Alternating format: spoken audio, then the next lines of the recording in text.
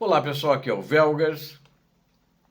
Hoje, dia 31 de março de 2026, são 16 horas, horário de Brasília. Urgente: protestos em Moscou e São Petersburgo. Agora o bicho parece que começou a pegar próximo ao Putin, que eles estavam tentando isolar Moscou e São Petersburgo, as duas principais cidades da Rússia, de qualquer contaminação dos fracassos da guerra. Mas eliminar a internet das mãos do povo está levando eles às ruas e esse é um começo. E à medida que a situação econômica russa se agrava, pior ficará a situação, porque todos os problemas vão se juntar numa bola só. E esse vídeo justamente analisa as recentes detenções em cidades como Moscou e São Petersburgo, durante as manifestações agora, este final de semana, contra as novas restrições ao acesso à internet.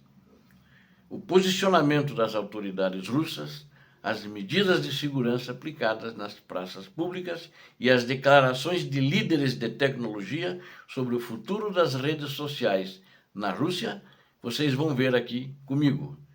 Fiquem aqui, deem um like, compartilhem com suas redes sociais e façam seus comentários. E não esqueça, você que não é inscrito, inscreva-se, porque aqui vocês vão ver a verdade que está acontecendo dentro da Rússia e dentro das suas cidades principais, que estavam meio mornas até agora. Parece que a situação vai ficar bem quente lá. No dia 29 de março, próximo passado, já começou o movimento, né? Hoje, são 2 dias atrás, né? Diversas cidades russas foram palco de mobilizações às resposta às crescentes restrições ao uso da internet no país. O povo estava alegando que estão sendo jogados à idade da pedra, que são jogados ao atraso e estão sendo desconectados do mundo. Aliás, como era na União Soviética. Na União Soviética, tinha até eu conheço gente lá, conheci pessoas, né, que hoje são adultos, eram mais jovens, né, mas me falavam, diziam para nós na escola que os Estados Unidos, que era o inimigo deles, as crianças não têm brinquedos. E eles davam uns brinquedinhos assim, uns caminhãozinhos xoxo de madeira, e eles ficavam todos orgulhosos. Nós temos isso, né? Umas bonequinhas, né? Feitas em casa, de pano. Não que não seja interessante, é bom, muita gente vende em lojas isso, mas eles não têm brinquedo nenhum, só nós que ganhamos. As professores eram orientados para falar isso nas escolas, né? Desde a mais tenra idade. Uma propaganda já anti-americana, anti-ocidente. Relatos agora indicam que pelo menos 18 pessoas foram detidas já no dia 29, agora, 2 dias atrás. A maior concentração dessas prisões aconteceu em Moscou, com 13 detidos na Praça Polotnaya, seguida por São Petersburgo, Kaluga e Voronezh. São todas cidades, centros importantes e centros com população grande. Principalmente, né, as duas principais, só na cidade de Moscou são 23 milhões de habitantes. E tudo reprimido, imprensa, fotografia, né?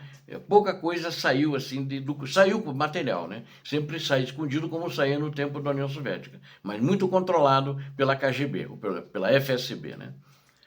E entre os presentes foram registradas presenças de jovens e de figuras veteranas no cenário político local, nas localidades. A segurança em Moscou foi reforçada com a presença ostensiva de viaturas e agentes da Rosguardia. Rosguardia é aquela guarda pretoriana pessoal que o Vladimir Putin controla, e o comandante da Rosguardia se reporta diretamente a Putin, né? Ela é um exército, né, formado por aproximadamente 360, podendo chegar, acho que eles sempre dizem 360 mil a 400 mil homens, né?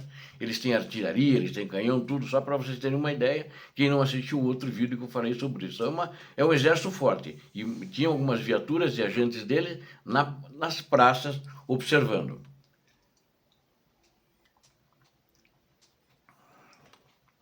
Testemunhas descrevem que as autoridades realizaram inspeções de documentos e pertences, aqueles que estavam nas manifestações, além e estavam daí orientando para os grupos se dispersarem, estavam de uma maneira light, né?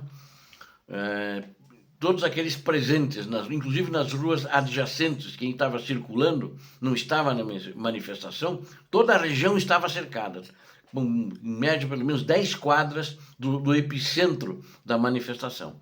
Embora ativistas tenham tentado formalizar pedidos de permissão, né, pediu licença para a realização dessas marchas, dessas manifestações, e as autoridades locais, todas elas, unanimemente orientadas pelo Kremlin, negaram as autorizações, citando motivos que variaram de ameaça de segurança a protocolos sanitários. O movimento Cisne Escarlate, é um movimento russo, um dos organizadores em Moscou, chegou a pedir daí que seus apoiadores não comparecessem, após a negativa oficial do governo. Mas grupos independentes ainda assim se reuniram, desafiaram a proibição. O ponto central da insatisfação popular é o bloqueio de ferramentas como o Telegram e a implementação de sistemas de controle de acesso. Paralelamente, o chefe da Rostelecom, é uma empresa do governo da Rússia. O Rostelecom é uma empresa de comunicações. Ele chama-se Mikhail, o diretor-geral, né? Mikhail Ossiyevsky. Mikhail Ossiyevsky. Esse Ossiyevsky escreve-se Ossevsky. Ele manifestou que plataformas estrangeiras podem perder espaço para soluções controladas pelo Estado, sugerindo uma transição para métodos de comunicação mais tradicionais. Muito surreal. Aí ele disse o seguinte: vocês deveriam usar aqueles telefones antigos de disco, ainda do tempo da União Soviética. Pô, você acha que o povo vai ficar feliz? Essa geração que estava na manifestação, a União Soviética ruiu em 1991. Essas pessoas que tinham 10, 15, 20 anos, têm hoje 40 anos ou mais, né? E já viveram numa era de liberdade, né? Ela era mais livre do que a União Soviética. O cara diz isso para eles, eles não viram isso. Eles são da geração de celular, de WhatsApp, de Telegram, etc., né? E, por outro lado, o representante do Conselho de Direitos Humanos, eles indicaram a possibilidade de retomada de diálogos para que serviços de mensagem voltem a operar regularmente. Eles querem fazer esse diálogo com o governo, não sei se o governo vai querer fazer com eles. Sugerindo um cenário de negociações em andamento entre os desenvolvedores e o governo.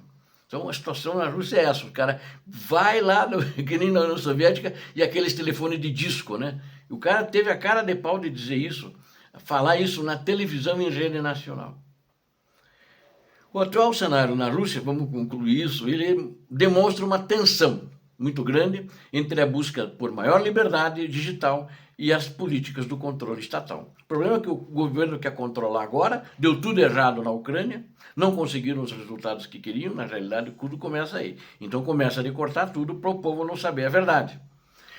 E principalmente que muitos canais russos já estão falando contra, já há um tempo, eu tenho divulgado aqui também, contra Putin, né?